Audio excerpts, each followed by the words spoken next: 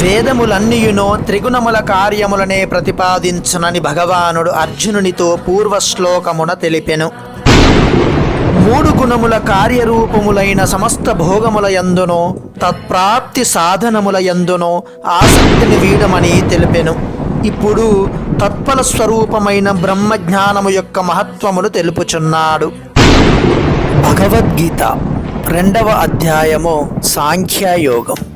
యావానర్ధ ఉదపానే సర్వతః సంప్లుతోదకే తావాన్ సర్వేషు వేదేషు బ్రాహ్మణస్య విజానతః. అన్ని వైపులా జలములతో నిండియున్న మహాజలాశయము అందుబాటులోనున్న వానికి చిన్న చిన్న జలాశయముల వలన ఎంత ప్రయోజనమో, పరమాత్మ ప్రాప్తి నంది పరమానందమును అనుభవించు బ్రహ్మజ్ఞానికి వేదముల వలన అంతియే ప్రయోజనము. జలాశయ దృష్టాంతముతో తెలుపబడిన విషయమేమి? ఈ శ్లోకమున జలాశయ దృష్టాంతము ద్వారా భగవానుడు జ్ఞానులైన మహాత్ముల ఆత్యంతిక తృప్తిని వర్ణించెను. అమృతప్రాయములైన జలములతో నిండియున్న మహాజలాశయము అందుబాటులో ఉన్నవానికి చిన్న చిన్న వాపీకూపతటకాదులతో పనియే లేదు. వాని యొక్క జలావసరములన్నీయును పూర్తియగును. అట్లే సమస్త భోగముల యందలి మమతాసక్తులను త్యజించి సచ్చిదానందఘన పరమాత్మ జ్ఞానము ప్రాప్తించిన వానికి, అనగా పరమానంద సముద్రుడైన పరబ్రహ్మ పరమాత్మ ప్రాప్తి కలిగిన వానికి వేదోక్త కర్మల ఫలరూపములైన భోగములతో ఎట్టి ప్రయోజనము ఉండదు. అతడు సర్వదా పూర్ణకాముడు, నిత్యతృప్తుడు. కనుక ఇట్టి స్థితిని పొందుటకై మనుష్యుడు వేదోక్త కర్మల ఫలరూపములైన భోగములయందు మమతాసక్తులను, కోరికలను సర్వదా త్యజించి పూర్తిగా నిస్త్రైగుణ్యుడు కావలయును. అన్ని వైపుల యందును పరిపూర్ణమైన జలాశయము అందుబాటులో ఉన్న మనుజుడు తనకు కావలసినంత జలమును మాత్రమే గ్రహించును. అట్లే బ్రహ్మజ్ఞాని అయిన వాడు తన ప్రయోజనమును అనుసరించి వేదాంశములను గ్రహించునని అర్థము చెప్పిన దోషమేమి? ఈ అర్థమును కూడా గ్రహింపవచ్చును. ఇందు ఎట్టి దోషము లేదు. కానీ పైన తెలుపబడిన అర్థము ఇంకనూ శ్రేష్టమైనది. ఏలనన బ్రహ్మప్రాప్తి కలిగిన జ్ఞానికి ఈ జగత్తున ఎట్టి వస్తువుతోడను అవసరమేమీ ఉండదు.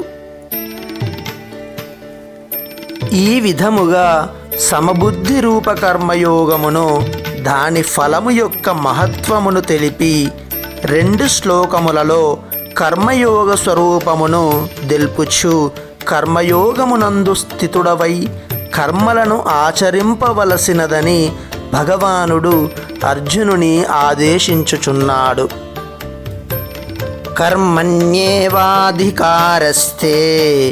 మా ఫలేషు కదాచన మా కర్మ ఫలహేతుర్భూః మా తే సంగోస్వకర్మణి.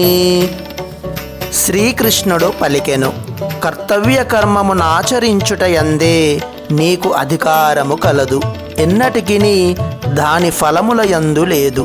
కర్మఫలములకు నీవు హేతువు కారాదు. కర్మలను మానుట యందు నీవు ఆసక్తుడవు కావలదు. అనగా ఫలాపేక్షరహితుడవై కర్తవ్య బుద్ధితో కర్మలనాచరింపుము. కర్మఫలముల యందు నీకెన్నడును అధికారము లేదు అని అనుటలోని ఆంతర్యమేమి? కర్మఫల ప్రాప్తి విషయమున మానవుడు ఎన్నడును ఏ విధముగను స్వతంత్రుడు కాడు. ఏ కర్మకు ఎట్టి ఫలము లభించును, ఆ ఫలము ఏ జన్మయందు ఎట్లు లభించును మున్నగు విషయములు అతనికి తెలియవు. తన ఇచ్ఛానుసారముగా వాటిని అతడు పొందలేడు. ఆ ఫలములు ఎట్టివైనను వాటిని అనుభవింపక తప్పదు. తానొకటి తలంచిన దైవము వేరొకటి తలచును. పెక్కుమంది అనేక విధములైన భోగానుభవములను కోరుకుందురు, కానీ వాటిని అనుభవించు యోగము వారి చేతులలో ఉండదు. అనేక విధములైన సంయోగ వియోగములను సహజముగా వారు కోరరు, కానీ అవి జరుగుచుండును. కర్మఫలములను నియంత్రించువాడు సర్వదా విదాతియే. ఈ విషయమున మనుష్యుని సంకల్పములేవియు పనిచేయవు. పుత్రకామేష్టి మొదలగు శాస్త్రీయములైన యజ్ఞానుష్ఠానములను సాంగోపాంగముగా పూర్తి చేసి వాటి ఫలములను పొందుటకు నిశ్చిత విధానము కలదు.